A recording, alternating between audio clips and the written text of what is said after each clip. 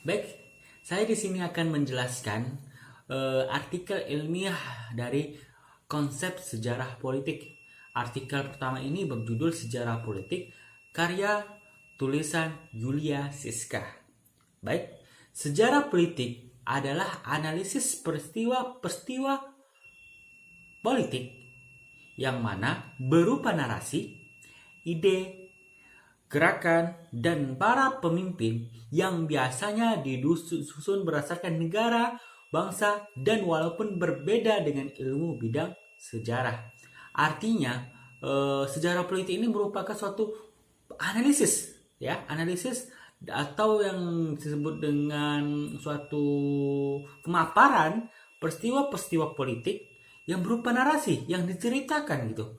Diceritakan melalui cerita sejarah dan berupa ide dan juga gerakan-gerakan politik oleh para pemimpin yang biasanya disusunkan berdasarkan negara dan bangsa walaupun berbeda dengan ilmu bidang sejarah. Nah, itu artinya. Selanjutnya, akan tetapi tetap berhubungan antara lain dengan bidang sejarah lainnya seperti sejarah sosial, sejarah ekonomi, dan sejarah militer. Nah, di sejarah sosial ini kita bisa melihat ruang lingkup sosialnya, bagaimana keadaan politik dalam keadaan sosialnya gitu. Apakah keadaan sosial dan keadaan politik itu berkesinambungan di situ? Nah, yang kedua itu adalah ekonomi. Ekonomi itu sangat berkaitan dengan namanya politik yang diatur oleh pemerintah seperti itu. Dan juga sejarah militer. Ya, militer juga diatur oleh yang sangat berhubungan dengan politik seperti itu. Jadi, secara umum, sejarah politik ini berfokus pada peristiwa-peristiwa yang berkaitan dengan negara-negara dan proses politik formal. Menurut Hegel, sejarah politik itu adalah gagasan tentang negara dengan kekuatan moral dan spiritual di luar kepentingan materi pelajar.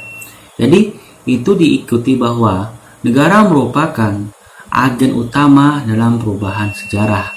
Jadi, politik ini di artikel ini berkaitan dengan suatu negara, yang mana di artikel pertama ini bahwasannya negara itu merupakan agen utama dalam perubahan sejarah yang berhubungan juga dengan politik.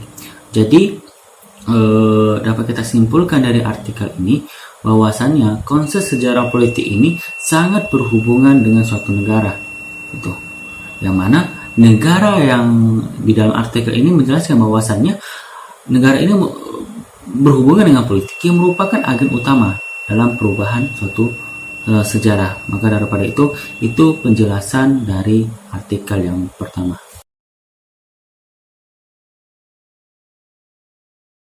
Artikel yang kedua ini berjudul Sejarah Politik Indonesia, yang penulisnya itu Andreas Darmayadi PhD.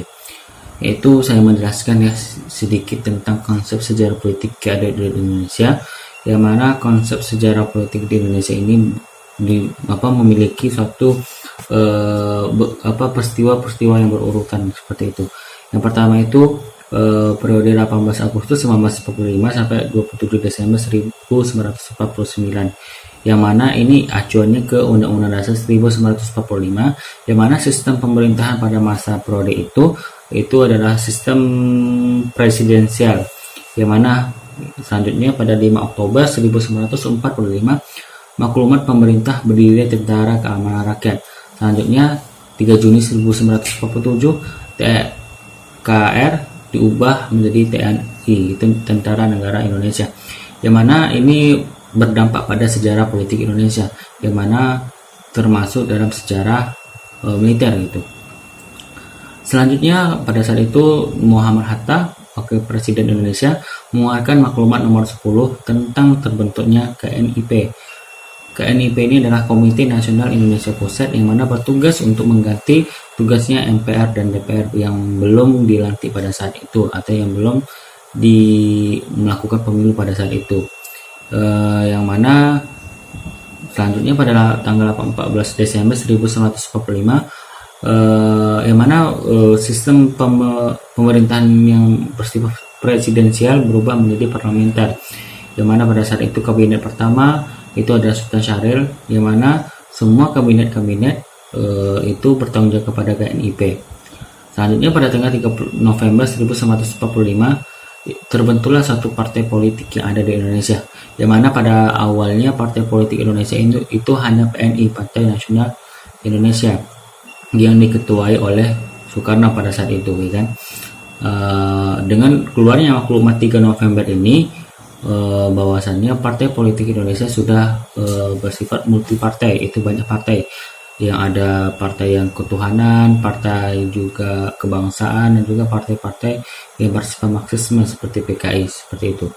Yang kedua, masuk ke periode yang kedua itu pada tanggal 27 Desember 1949 sampai 17 Agustus 1950, yang mana acuan ini pada Konstitusi Republik Indonesia Serikat, yang mana Indonesia juga diubah dengan nama Republik Indonesia Serikat pada saat itu.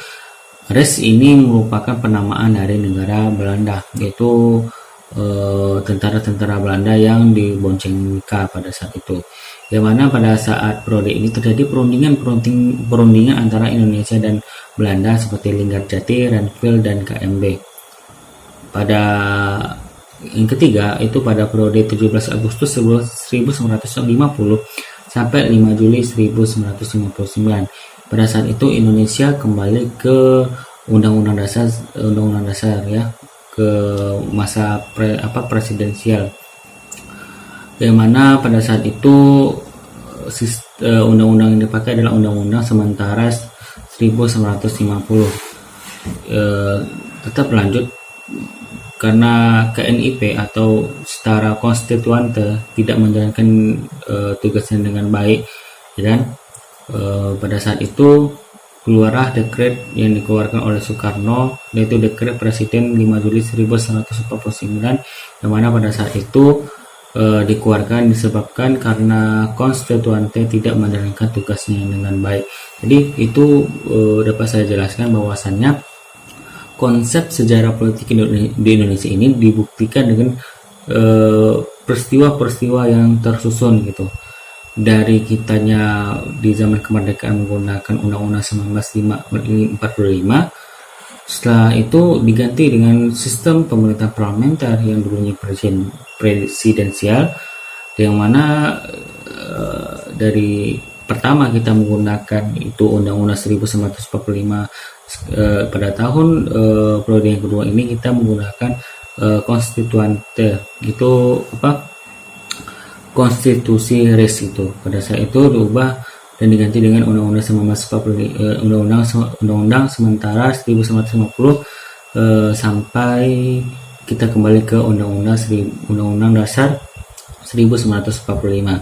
Begitulah konsep sejarah politik yang ada di Indonesia.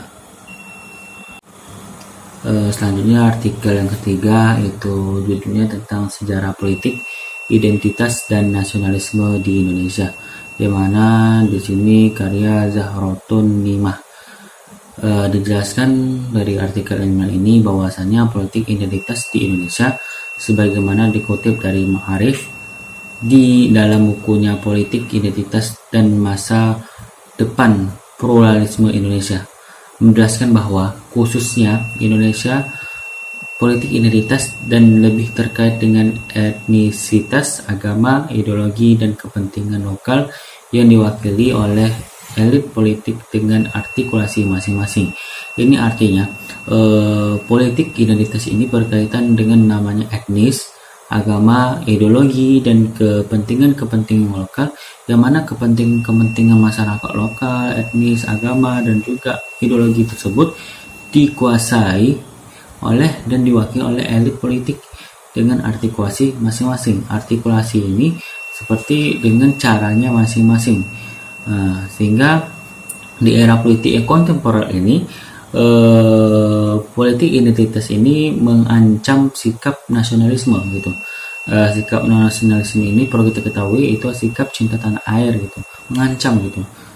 Dan pluralisme yakni sebuah realitas keagamaan yang dialami Indonesia terkait menguatnya politik dan politik identitas ini.